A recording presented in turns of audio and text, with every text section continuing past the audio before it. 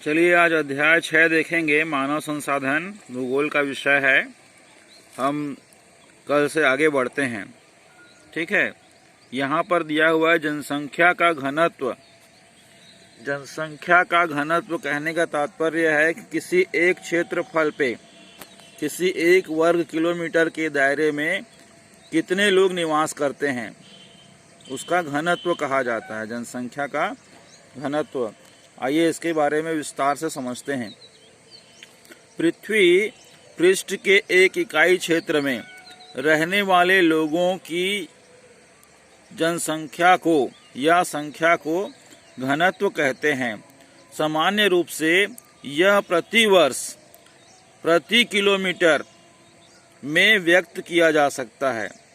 ठीक है, सामान्य रूप से प्रति वर्ग किलोमीटर में व्यक्त किया जा सकता है।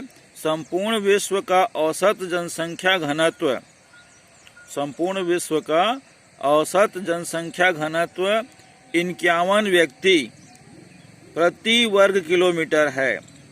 अर्थात प्रत्येक किलोमीटर में 51 व्यक्ति निवास करते हैं।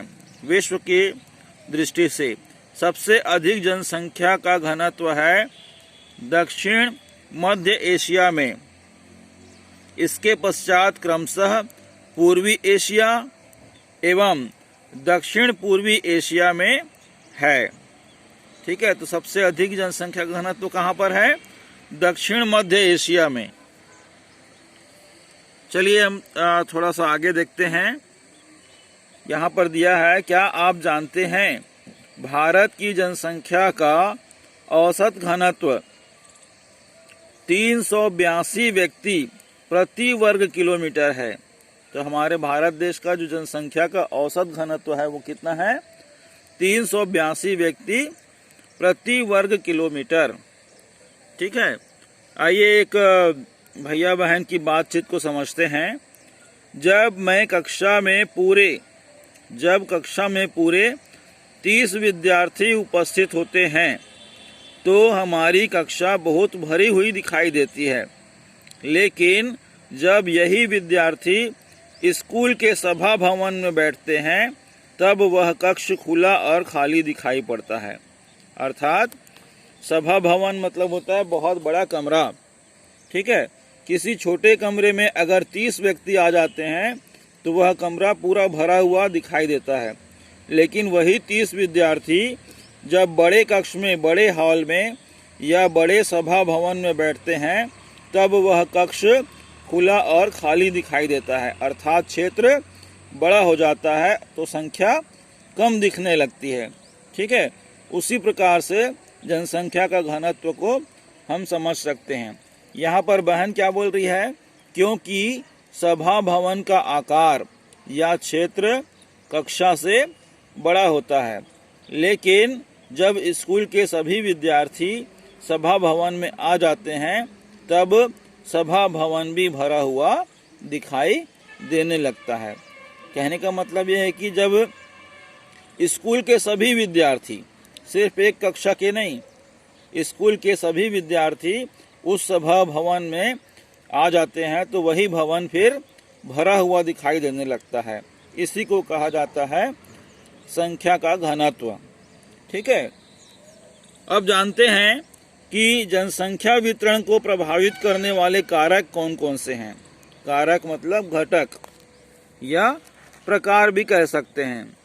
ठीक है, तो सबसे पहला कारक है भौगोलिक कारक, मतलब भौगोलिक परिस्थिति या भौगोलिक प्रकार। ठीक है, सबसे पहले भौगोलिक कारक में देखेंगे स्थलाकृति। स्थलाकृति मतलब स्थल की आकृति या भूमि की बनावट। ठीक है, तो लोग सदैव पर्वतों और पठारों की तुलना में मैदानी भागों में ही रहना पसंद करते हैं, क्योंकि ये क्षेत्र खेती, विनिर्माण और सेवा क्रियाओं के लिए उपयुक्त होते हैं। जैसे गंगा के मैदान विश्व के सबसे अधिक घने क्षेत्र हैं, जबकि इंडीज, आल्प्स और हिमालय जैसे पर्वत विरले बसे हुए हैं। कहने का तात्पर्य ये है कि गंगा नदी के आसपास का जो मैदान है वो समतल है, इसलिए वहाँ पर लोगों के रहने की सुख सुविधा का पूरा व्यवस्था हो जाती है, इसलिए वहाँ पर लोग ज़्यादा बसे हुए रहते हैं।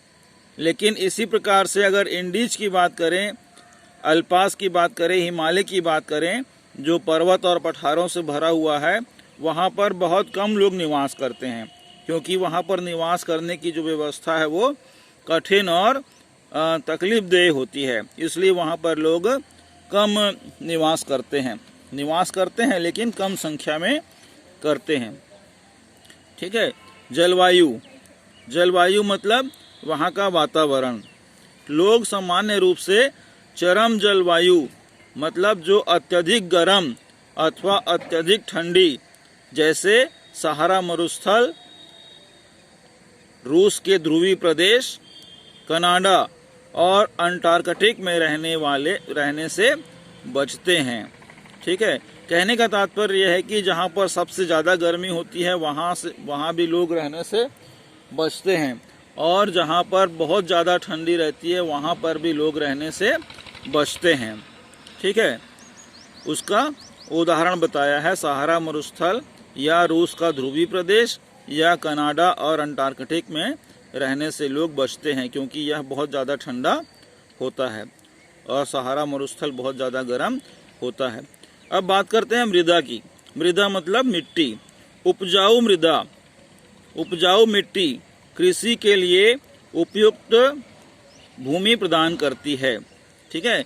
भारत में गंगा और ब्रह्मपुत्र, चीन में व्यांग ही, चियांग तथा मिस्र में नील नदी के उपजाऊ मैदान घने बसे हुए हैं। कहने का मतलब यह है कि नदी के आसपास का क्षेत्र, ठीक है, ये चीन में नदी का नाम है और मिस्र में नील नदी है और भारत में गंगा ब्रह्मपुत्र की नदी है। यहाँ के आसपास में रहने से लोगों को कृषि के लिए अच्छी भूमि की उपलब्धता हो जाती है, इसलिए यहाँ पर ज़्यादा लोग बसे हुए होते हैं। अब बात करते हैं जल की। ठीक है, अर्थात पानी। लोग उन क्षेत्र में रहने को प्राथमिकता देते हैं जहाँ अलवणीय जल आसानी से उपलब्ध हो जाता है। अलवणीय मतलब जिस पानी को खारा या नमकीन न हो, ऐसे स्थान पर जहाँ पर जल उपलब्ध होता है वहाँ लोग आसानी से बस सकते हैं। विश्व की नदी घाटियाँ घने बसे क्षेत्र हैं। विश्व की नदी घाटियाँ घने बसे क्षेत्र हैं, जबकि मरुस्थल विरल जनसंख्या वाले हैं। ठीक है। कहने का मतलब यह है कि विश्व में जो नदी और आसपास की घाटियाँ हैं वो वहाँ पर लोग ज़्यादा बसे हुए हैं, जबकि मरुस्थल क्षेत्र में लोग बहुत कम बसे हुए हैं। ठीक है। अब अगली पॉइंट बात करेंगे खनिज। ठीक है।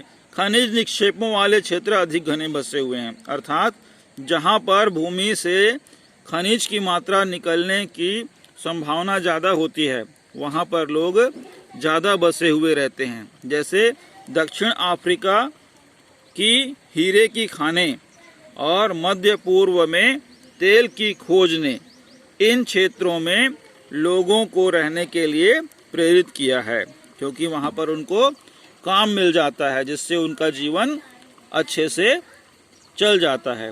ठीक है। तो इस प्रकार से हमने जाना कि भौगोलिक कारक किस प्रकार से मनुष्यों के रहने के लायक होते हैं। अब एक क्रियाकलाप को देख लेते हैं। पता लगाएं कि इनमें से कितने देश एशिया में हैं और संसार के मानचित्र पर उन्हें विभिन्न रंगों में चिन्हित कीजिए। इस प्रकार से हम देख सकते हैं कि क्या पूछा है, एशिया में कितने देश हैं, संसार के मानचित्र पर उन्हें विभिन्न रंगों से चिन्हित कीजिए, मतलब उस पर निशान लगाइए। विश्व के नक्शे में एशिया देश में कितने देश हैं उसे रंगों के माध्यम से दर्शाना है। तो ये प्रैक्टिकल है, करके देख सकते हैं अगर शासन ने स्कूल आने के लिए आप लोगों को परमिशन दे देती है। तो वैसे आप विश्व के नक्शा में देख सकते हैं कि एशिया महाद्वीप में कितने देश हैं और उसके कलर किस प्रकार से हैं। ठीक है, तो आज के लिए इतना ही। आप पुस्तक पढ़ते रहेंगे, कुछ समझते रहेंगे। कहीं पर अगर आपको समझ में ना आए तो आप हमें पूछ सकते हैं। ठीक है, आपका बहुत बहुत धन्यवाद। अपना ध्यान रखिए, खुश रहिए।